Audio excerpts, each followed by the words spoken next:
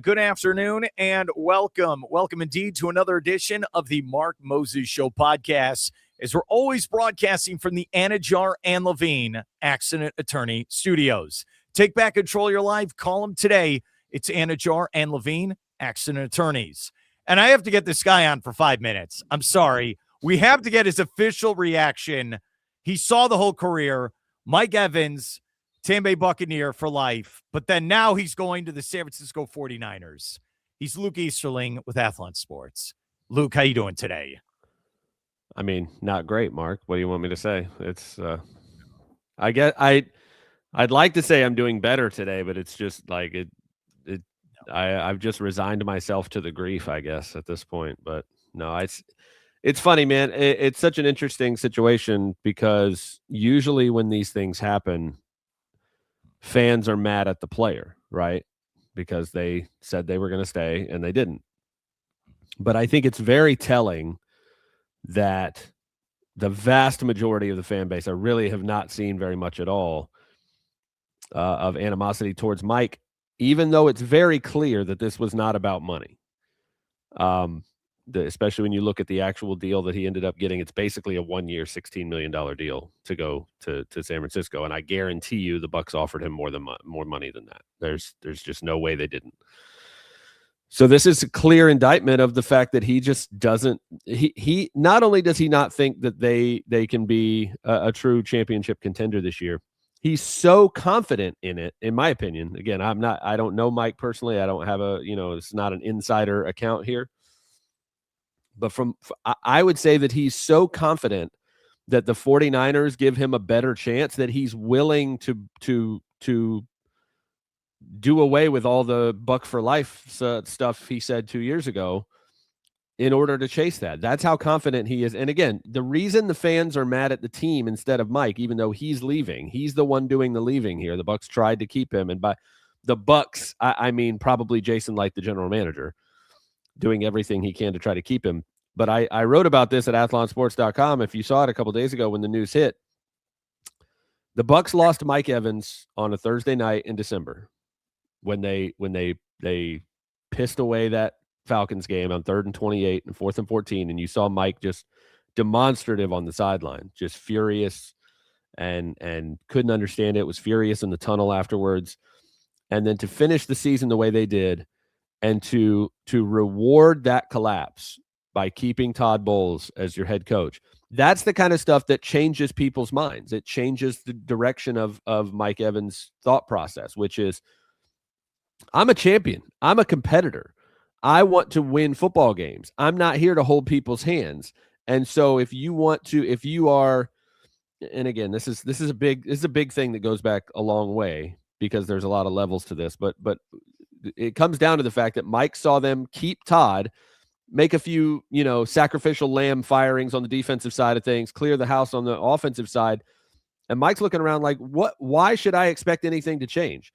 Why should I expect that if I end up on a Thursday night needing a 3rd and 28, the same defense is going to fail me again? Why wouldn't it? No. I'm going to go to San Francisco where Kyle Shanahan's going to be thrilled to have me in that Juwan Jennings role as the big X receiver. I'm going to go to an offense that knows how to scheme people open. I'm going to go to an offense, to a roster that's, listen, you want to talk about coaching. No team was more injured than the 49ers last year. They went 12-5. Okay. So I don't want to hear the injury BS from the Bucs because they showed you what can happen when you have injuries, but you have a competent head coach. The Bucs showed you last year what happens when you have injuries and you don't. And so Mike had a front row seat to that. And I think all of that leads to this. But again, I rest all of the blame here on the Glazers and the ownership, and going back even to the decision when Bruce Arians retired out of nowhere in March and said, you're going to hire Todd Bowles as my successor, I'm leaving.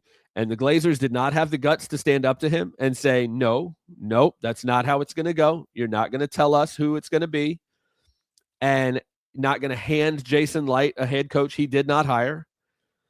And so it goes back to then. It goes back to this offseason where they did not have the guts to fire him. I don't know if it was financially, again, they signed him to an extension the year before, so I don't know if they didn't want to pay the buyout or whatever. I don't know that. It's hard not to look at that and see maybe. But it just comes down to the fact that they didn't think it would cost them Mike Evans, and it has, in my opinion. And so I blame them fully for this disaster of an offseason the Bucs are having. I like the signings they've made, but it doesn't matter. It doesn't matter. I'm happy you brought that up. Even if they trade for Max Crosby, even if they had signed Trey Hendrickson, none of that. Like the fact that you botched this so badly with the greatest offensive player in franchise history, one of the great pillars of the community, all the things that Mike Evans is, you created a situation that was so bad that guy decided it was best for him to go play elsewhere. That's how poorly you handled this situation.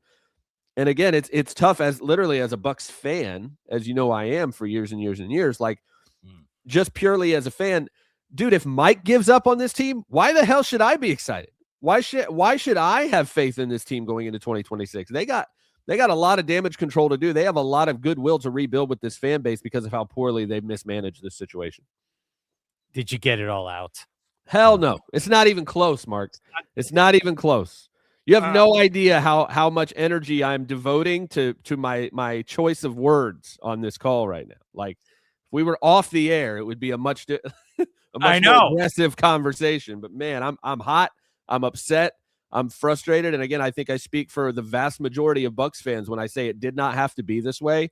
And the ownership, holds most of the responsibility for creating a situation that made Mike Evans want to leave. And I don't know that a lot of people will ever forgive them for that, because again, this is something that the Bucs fans knew was going to happen at some point. You can't play forever. And they're doing it with Levante David right now, right? Which is another aspect of this. Maybe Levante was going to come back and now Mike's gone. And maybe Levante says, you know what? Never mind. It's over. End of an era. Let's go out. Like, you don't know the dominoes that are going to fall from this. You don't know the dominoes that are going to fall with other free agents who are like, oh, Mike left. Like, man, maybe I'm not as confident in what's going on down there as I might have been. Like there's all kinds of things. So the the Tampa sports fans went through this with Stamkos a couple years ago but that was a money thing. Like, you're getting older, you've been injured, like you really haven't been the same player. Everybody understood, even though it hurt, right? It was extremely hard. But also he made the right call. Jake Gensel has been great. He's 26. He's playing extremely well. And you spent the same money on him. As a hockey move, we all understand, even though it hurt. This is not that. It's not a money thing. It's literally the fact that you chose a mediocre head coach over the greatest offensive player you've ever had. And now it's come back to bite you in the ass. And I don't feel bad for the Glazers at all. I feel bad for the fans. And honestly, I feel bad for Mike because he deserved better. I think you hit it as well.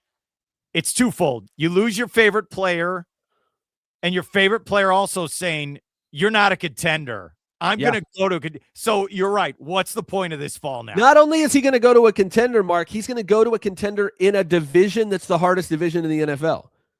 He thinks that he has a better shot to get out of the NFC West and win a Super Bowl than he does to be in the NFC South with you. Like, dude, that's a damning indictment if I've ever seen one over where a franchise is. That hurts, man. We saw the whole career. I'm just going to say this. And you've always told great stories on this show, which I appreciate. You talking to Mike Evans in the locker room. He's a stand-up guy. He is. Dude, first ballot Hall of Famer, Super Bowl champion, one of the great players ever he might be the best player ever for the Tampa Bay Buccaneers. I'm sorry, man. I am. I know it hurts. It is. I think, the only thing the cope that I've allowed myself over the last 48 hours has been Jerry Rice in a Seahawks uniform, or, even Brady coming to Tampa, which I know is a very similar situation for Pats fans after the career he had there. It was hard to see him do that. Michael Jordan, Randy Moss, all these legendary players. Very few players get to do it like this. And it makes it's why you have to soak it up when you do. And honestly, Bucs fans have got to experience it more than most with Rondé Barber. Derek Brooks was a little bit different because they released him, and so he could have played elsewhere. I think he had a cheap 1-year deal on the table from the Saints, but he decided to retire instead of doing that. But Levante is going to go wire to wire as a Buck, and that just, it doesn't really happen. John Lynch, the GM who's signing him in San Francisco, had a Hall of Fame career in Tampa and then went to Denver after they gave up on him, and he kept making the Pro Bowl and continued to, bolster his Hall of Fame status in Denver. And so again, we all know that these things have to come to an end. It didn't have to be like this. It didn't have to happen this way. And again, I think this is, time will heal to a certain degree. But the Bucs screwed this one up, man. There's no other way to put it.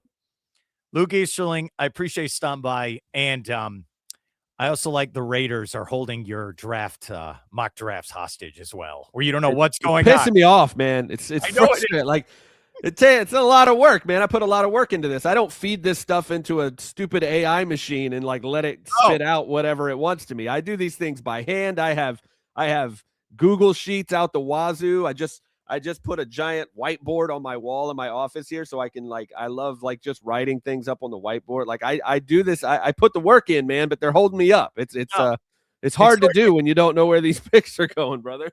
It's so Raiders. I love it. Luke, thank you so much for hopping on with me. Have a great day, and I'll talk to you later. All right? You too, Mark. Appreciate it, buddy.